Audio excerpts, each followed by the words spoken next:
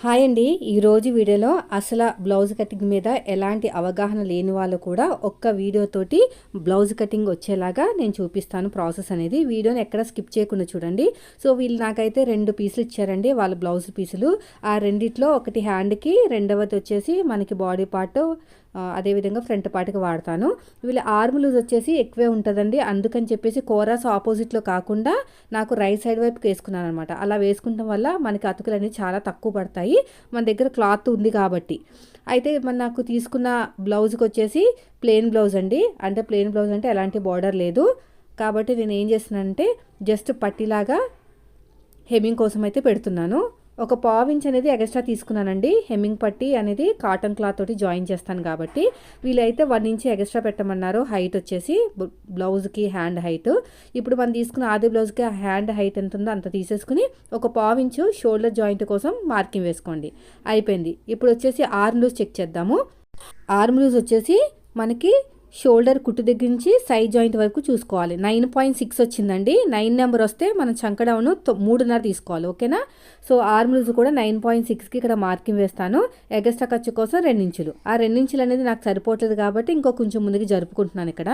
ఎందుకంటే మన దగ్గర క్లాత్ ఉంది కదా, అనవసరంగా జాయింట్లు చేయడం ఎందుకని చెప్పేసి ఇలాగ ఫుల్గా మార్కింగ్ అయితే వేసేసుకుంటున్నాను. ఇలా 3.5 చంక డౌను. అదేవిధంగా హైట్ వచ్చేసి 1 ఇంచ్ పెంచాను. హ్యాండ్ హైటు నేను పట్టి అత్తుకుంటానండి, హెమ్మింగ్ పట్టి. సో 9.6కి ఇక్కడ మార్కింగ్ వేసేసాను ఇలా కరెక్ట్గా. ఎక్స్ట్రా ఖర్చు కోసం 2 ఇంచులు మార్కింగ్ వేసాను. తర్వాత వచ్చేసి హ్యాండ్ లూజ్ వచ్చేసి 7.7 ఉందండి, అదే మార్కింగ్ వేసాను. ఇక్కడ కూడా 2 ఇంచెస్ ఎక్స్ట్రా. ఇక్కడ 1.5కి మార్కింగ్ వేసుకోండి, పెద్ద సైజు కదా. 9.6 అంటే చెస్ట్ లూజ్ వచ్చేసి 10.6 అనమాట. 1.5కి మార్కింగ్ వేసుకుని హ్యాండ్ కర్వ్ ఎలా ఉంటుందో అలా తిప్పేసుకుని ఇలా కలిపేసుకోవాలి. ఓకేనా? షోల్డర్ దగ్గర ఉన్న 1.5 ఇంచుకి ఆర్మ్ లూజ్కి మిడిల్లో ఇలాగ ఫోల్డింగ్ చేసుకునే టైప్ని ఒక 1/2 ఇంచ్ అనేది లోతు తీసుకోండి. అప్పుడు మాకు ముడతలు రాకుండా ఉంటుంది. అస్సలు ముడతలు అనేవి రావండి. సో ఇప్పుడు ఎలాగైతే మార్కింగ్ వేసామో సేమ్ అదే విధంగా కటింగ్ చేసేసుకోవాలి.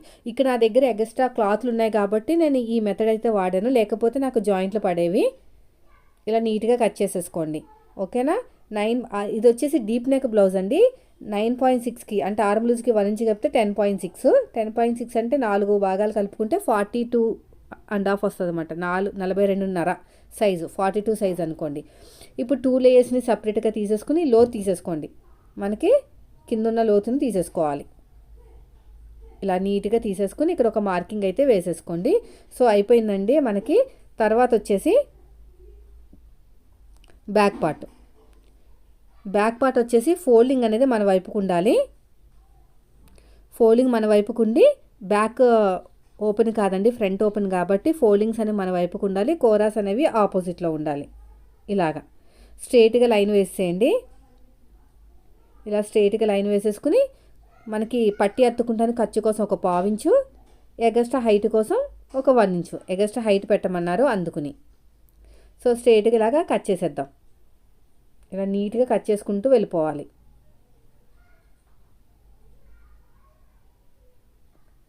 తర్వాత వచ్చేసి 10.6కి ఒక మార్కింగ్ వేసేయండి. చెస్ట్ లూజు ఎక్స్ట్రా ఖర్చు కోసం 2 ఇంచులు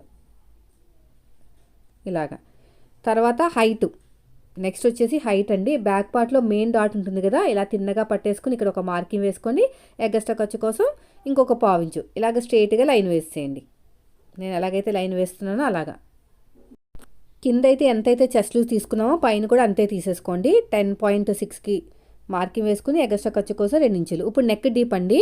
నెక్ డీప్ తెలుసుకోవాలంటే నడాన్ని సగం కింద ఫోల్డ్ చేసుకుని వీపు ఎంత వచ్చిందో అంత హైట్కి మార్కింగ్ వేసుకుని ఒక 1/4 ఇంచ్ అనేది ఖర్చు కోసం తీసుకోండి. చూడండి పైన కూడా నేను చెస్ట్ లూజ్కి అయితే మార్కింగ్ వేస్తున్నాను. అయితే హైట్ పెంచినప్పుడు నెక్ కూడా దింపితేనే బాగుంటుంది. అది కూడా కస్టమర్ చాయిస్ని బట్టి ఉంటుంది. అదొక విషయాన్ని బాగా గుర్తుపెట్టుకోండి. ఇలాగా నీట్గా మార్కింగ్ వేసుకుంటూ వెళ్ళిపోవాలి. ఇక్కడ నేను 2.5కి మార్కింగ్ వేస్తున్నానండి. ఇది వచ్చేసి 42 సైజ్ కదా, ఖర్చు కోసం ఇంకొక 1/4 ఇంచు. ఇక్కడ షోల్డర్ ఎంత ఉందో అంత తీసేసుకుంటున్నాను ఆది బ్లౌజ్ నుంచి. ఫుల్గా మనకి 6 వస్తే కరెక్ట్గా వచ్చినట్టండి. ఇక్కడ కింద 3.5 తీసుకుంటున్నాను, 3 ఇంచులు తీసుకోవట్లేదు. 3.5 తీసుకుంటే పెద్ద సైజు బ్లౌజ్ కాబట్టి నీట్గా రౌండ్ అనేది తిరుగుతుంది. ఇలా మార్కింగ్ వేసేసేయండి. ఆ తర్వాత వచ్చేసి మనకి చంక డౌన్, ఇక్కడ కరువు తీసేసుకోండి. ఇక్కడ కూడా కర్వ్ అనేది నీట్గా తీసేసుకోండి. ఇలా తీసేసుకుని ఇక్కడ మనకి నడుము లూజ్ ఎంత ఉందో కాజా పట్టి వదిలేసి ఉక్సు పట్టి వరకు చెక్ చేసుకోండి. నడుము లూజ్ అనేది ఎంత ఉందో ఈజీగా తెలిసిపోతుంది. సో నాకు వచ్చేసి 36.5 వచ్చింది. దీంట్లో 4వ భాగం 9.5 వరకు వస్తుంది. డాట్ కోసం 1 ఇంచ్ కలుపుతాం కదా, 10.5కి మార్కింగ్ వేసుకుని దీన్ని సగానికి ఫోల్డ్ చేసుకుని ఇంకొక మార్కింగ్ వేసుకోండి. ఎక్కడైతే సగానికి మార్కింగ్ వేసామో అటు ఒక హాఫ్ ఇంచ్, ఇటు ఒక హాఫ్ ఇంచ్, హైట్ వచ్చేసి 4.5కి మార్కింగ్ వేసుకోండి. అంతే, ఇలాగా క్రాస్గా లైన్ వేసేయండి. అయిపోయింది. చూసారు ఎంత ఈజీగా అయిపోయిందో. ఫుల్ షోల్డర్ వచ్చేసి 6 ఇంచులు వచ్చిందండి. చంక డౌన్ వచ్చేసి 6.5 తీసుకోండి. 6 తీసుకోకూడదు, 6.5 తీసుకోవాలి. ఇక్కడ కూడా 6 ఉండేటట్టు చూసుకుంటే మనకి స్ట్రైట్గా లైన్ అనేది వస్తుంది. అయిపోయిందండి. ఇలాగ స్ట్రైట్గా లైన్ వేసేసుకుని మనకి అటు సైడ్ కూడా 6 ఇంచెస్ అయితే తీసేసుకోండి. ఓకేనా, 6 ఇంచెస్ తీసేసుకుని స్ట్రైట్గా లైన్ వేసుకుని ఇలా ఎల్ షేప్ దగ్గర 1.5 ఇంచ్ ఖచ్చితంగా ఉండాలి. అదొక విషయం బాగా గుర్తుపెట్టుకోండి. 1.5 ఇంచ్ అనేది ఖచ్చితంగా ఉండాలన్నమాట. ఖచ్చితంగా లేకపోతే మాత్రం మీకు పట్టేసినట్టు వస్తుంది. ఇలా రౌండ్గా నీట్గా మార్కింగ్ వేసేసుకున్న తర్వాత షోల్డర్స్ కావాల్సిన ఖర్చు వదిలేసుకుని ఆర్మ్ లూజ్ ఎంత ఉందో చెక్ చేసుకోండి. ఆర్మ్ లూజ్ అనేది చెక్ చేసుకోవాలి. షోల్డర్ కావాల్సిన ఖర్చు వదిలేసి గీత కింద నుంచి కొలుచుకోవాలన్నమాట. ఇప్పుడు నీట్గా కట్ చేసేద్దాం. ఇలాగా ఎలాగైతే మార్కింగ్ వేసుకున్నామో సేమ్ అదే విధంగా కటింగ్ చేసేసుకోవాలి. ఇలా మొత్తం షోల్డరు ప్రతిదీ కూడా అంతా కూడా మనం ఎలాగైతే మార్కింగ్ వేసుకున్నామో సేమ్ అదే విధంగా కటింగ్ చేసుకోవాలి. ఇక్కడ కూడా అంతే. ఇక్కడ చిన్న టక్ ఇచ్చేసేయండి, ఇక్కడ కూడా టక్ ఇచ్చేసేయండి. అయిపోయింది. ఇక్కడ కూడా ఒక మార్కింగ్ వేసేసుకోండి. ఇప్పుడు బ్యాక్ పార్ట్ అయితే అయిపోయింది. దీన్ని పక్కన పెట్టేద్దాం. తర్వాత వచ్చేసి ఫ్రంట్ పార్ట్ కట్ చేసుకునేటప్పుడు ఇది ఫ్రంట్ ఓపెన్ కాబట్టి కోరాస్ మన వైపుకు ఉండాలి. ఫోల్డింగ్ అనేది ఆపోజిట్లో ఉండాలి. చూసుకోండి ఏటైతే కరెక్ట్గా వస్తుందో చూసుకుని, ఎందుకంటే మన దగ్గర క్లాత్ కూడా తక్కువే ఉంది కదా, దాన్ని బట్టి మనం అడ్జస్ట్ చేసుకోవాలి. ఇటు వస్తుందా అటు వస్తుందా అని. మెయిన్ వచ్చేసి జాయింట్లు పడకుండా చూసుకోవాలండి. జాయింట్లు పడితేనే మనకి ఫినిషింగ్ నీట్గా రాదు, ఫిట్టింగ్ కూడా కొంచెం ఇబ్బంది పెడుతుంది. ఒకటికి 2 సార్లు చెక్ చేసుకుంటే మనకు తెలిసిపోతుంది. ఇలాగా చూడండి, ఇలా క్రాస్గా పెట్టేసుకుని ఇక్కడ నాకు జాయింట్ పడుతుంది. జాయింట్ వేసుకొచ్చి అప్పుడు అడ్జస్ట్మెంట్ అనేది చేస్తాను. ఎందుకంటే మళ్ళీ మనకి ఫ్రంట్ పార్ట్లో ఏమన్నా జాయింట్లు పడ్డాయి అనుకోండి, అప్పుడు ఫిట్టింగ్ దగ్గర చేంజెస్ వచ్చే ఛాన్సెస్ ఎక్కువ ఉంటాయి. ఇలా క్రాస్గా పెట్టేస్తున్నాను. చూడండి, జాయింట్ వేసుకొచ్చేసాను. నేను ఇలా క్రాస్గా పెడుతున్నాను, సరిపోతుంది. ఇలా పెట్టుకోవాలి క్రాస్ కటింగ్ కాబట్టి. సో అయిపోయిందండి. ఇలాగ నీట్గా క్రాస్గా పెట్టేసుకుని ఇలా మార్కింగ్ వేసేసుకున్నామంటే బ్యాక్ పార్ట్ ఎలాగుందో సేమ్ అదే విధంగా ఫ్రంట్ పార్ట్ కూడా వేసుకోవాలన్నమాట. మళ్ళీ స్పెషల్గా మనకు అవసరం లేదు. స్పెషల్గా ఫ్రంట్ పార్ట్ కోసం మార్కింగ్ అవసరం లేదు. బ్యాక్ పార్ట్ ఎలా ఉందో అలా పెట్టేసుకోవచ్చు. ఇక్కడ ఒక 1/2 ఇంచ్ అనేది ఎక్స్ట్రా తీసుకోండి.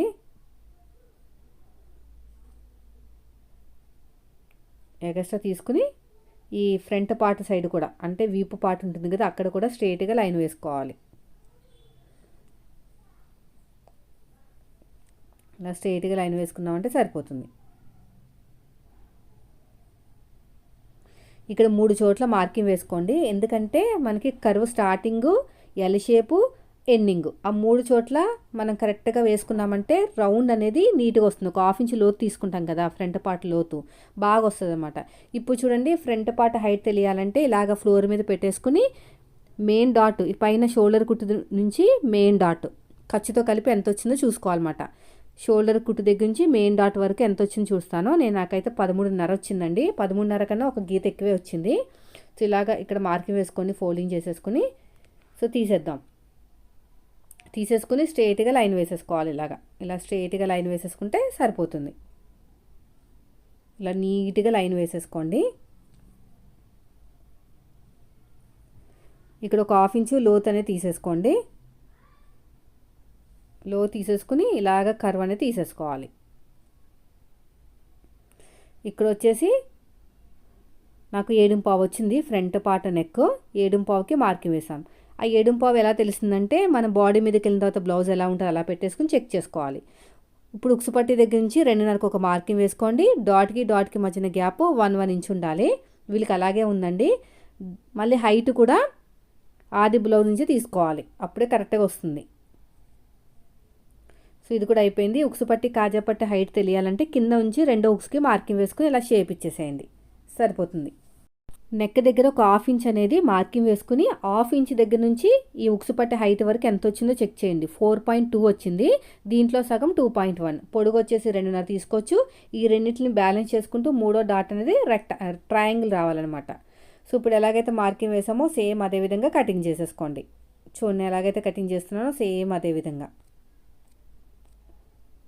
అయిపోయిందండి. ఇలా నీట్గా కట్ చేసుకోండి. నీట్గా కట్ చేసుకుని ఫ్రంట్ పార్ట్ సైడ్ కూడా అంతే, మనం ఎలాగైతే మార్కింగ్ వేసామో సేమ్ అదే విధంగా కటింగ్ చేసుకోవాలి.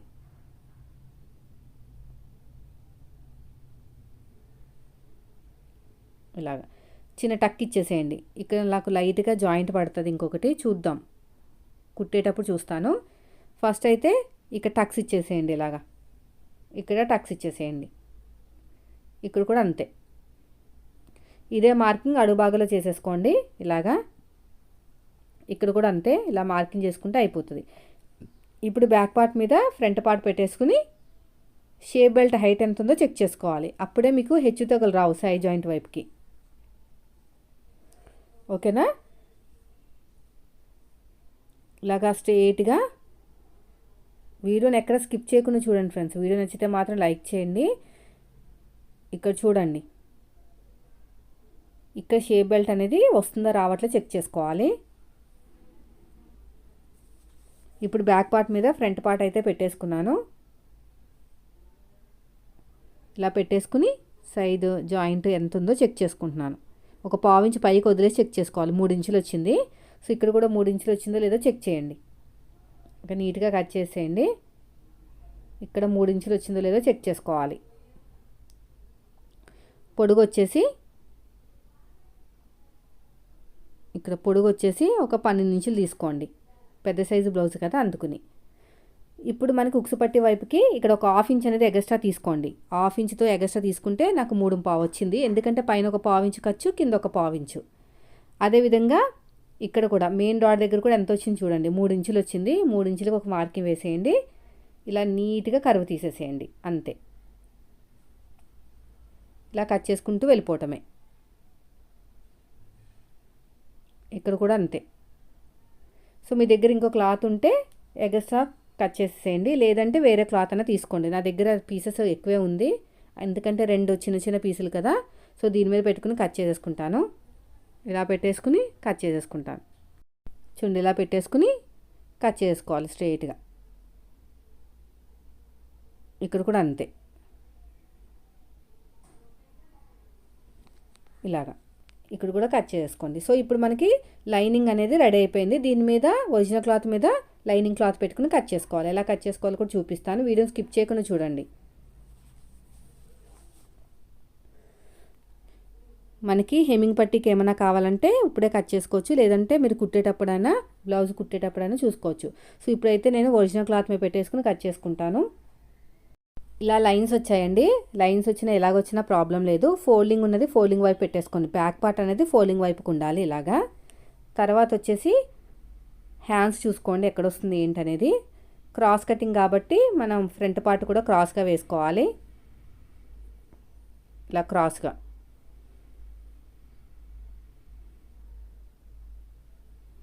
ఇక్కడ ఫస్ట్ హ్యాండ్స్ పెట్టేసుకుందాం, ఇక్కడ ఈజీగా ఉంటుంది. ఓకేనా? ఇక్కడ వరకు. తర్వాత వచ్చేసి క్రాస్ కాబట్టి క్రాస్ కటింగ్లో పెట్టుకోవాలి, ఇలా క్రాస్గా పెట్టేసుకోవాలి. ఎందుకంటే నాకు ఒరిజినల్ క్లాత్ తక్కువ ఉందండి, తాన్లో పీస్ అది పన్నా తక్కువ ఉంటుంది అన్నమాట, చీరలోది అయితే ఎక్కువ ఉంటుంది. ఇలా పెట్టుకుని అంతా అడ్జస్ట్మెంట్ చేసుకుంటూ కటింగ్ చేసుకోవాలి.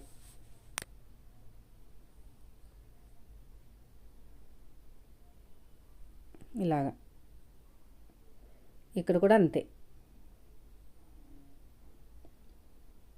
ఇటు కూడా ఇలాగా కట్ చేసుకుంటూ వెళ్ళిపోండి. వీడియోని ఎక్కడ స్కిప్ చేయకుండా చూడండి ఫ్రెండ్స్. ఇక్కడ చూడండి, నేను హ్యాండ్కి కరెక్ట్గా పెట్టుకున్నాను.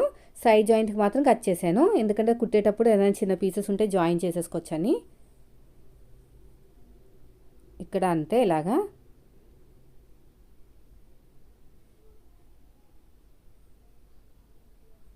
ఇక్కడ కూడా నీట్గా ఇలా కట్ చేసుకోవాలి.